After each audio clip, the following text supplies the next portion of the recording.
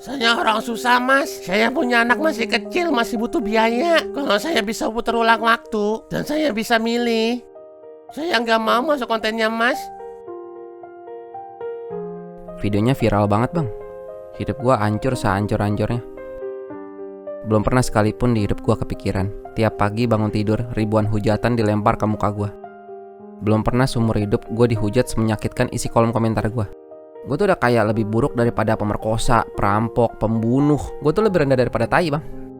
Gue nih konten creator lucu-lucuan, nyari duit dari bikin orang ketawa.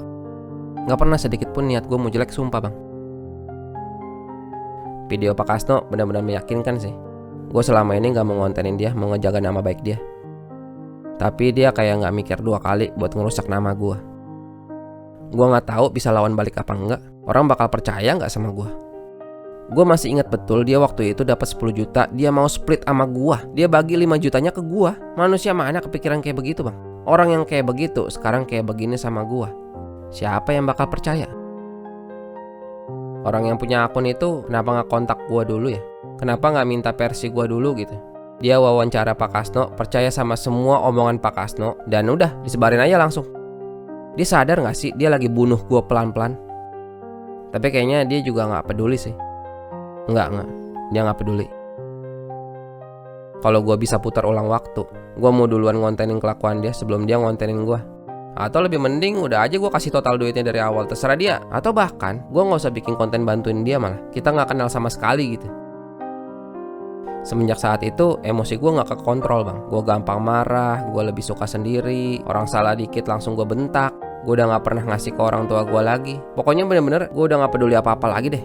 Gue gak kebayang 5 tahun lagi, 10 tahun lagi deh gue jadi apaan ya. Bahkan gue pernah di satu titik kayaknya gue selesain aja gak sih. Gue kayak gak punya alasan lagi buat hidup. Lu udah lama gak ngonten dah? Iya sih. Udah mau 2 tahun lu anjir. Ya sekarang buat apa lagi gue ngonten? Buat mainin komen haters lagi? Gak pernah gue buka lagi dashboard YouTube gue, IG gue. Gak kuat gue bre. Beneran gak kuat gue. Tapi ini yang ngebela lu ada kok. Enggak, banyakan yang ngehujat. Enggak loh, bener deh. Lu gak perhatiin emang semenjak video dokumenter lu orang udah pada mulai percaya sama lu? Dokumenter? Iya. Maksudnya ada orang bikin video dokumenter tentang gua gitu? Jangan bilang lu belum nonton. Gue bilang gua gak kuat bre. Nonton dulu, nonton. Lu mesti nonton. Enggak lah, gak mau ah. Nonton dulu, percaya sama gua. Enggak, udah bre, enggak. Dengar gua dulu. Gua tuh peduli sama lu bre. Lu tuh sekarang banyakan murung, banyakan diem. Gua juga pengen masalah lu selesai bre. Coba dah, gua tahu lu ngedown banget. Lu udah muak sama komentar hujatan. Tapi yang ini coba dah, sekali ini aja lo tonton dulu. Gua berharap mudah-mudahan lo bisa bangkit lagi bre. Hidup gue jadi apaan ya? Sekarang orang bikin dokumenter tentang gue. Ini gue kriminal, buron. Gue emang 2 tahun terakhir hilang dari publik bang. Banyak yang nanyain gue kemana. Di penjara, mati, kabur ke luar negeri.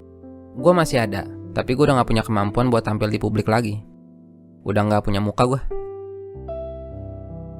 Awalnya gue gak mau nonton dokumenter itu, tapi setelah gue pikir ya udahlah, hidup gue juga udah hancur. Mau dibikin sehancur apa lagi emang?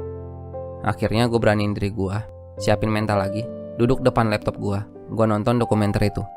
Beberapa menit awal ya basic lah, kayak dokumenter pada umumnya. Raffi adalah seorang konten kreator yang memulai karirnya di YouTube pada tahun 2007. Namanya melonjak naik ketika videonya tentang prank dompet jatuh viral hingga mendapatkan puluhan juta view. Dia ceritain karir YouTube gue bertahun-tahun dipadetin jadi beberapa menit doang. Gue pikir ya oke lah, gue tonton kan, sejauh ini gak ada fitnah lagi tentang gue. Tapi waktu video itu mulai ngebahas kasus gue sama Pak Kasno, gue shock banget bang. Bener-bener gak kepikiran sama sekali sama gue. Waktu gue ngeliat si Ardi, mantan kameramen gue, ngebelain gue bang.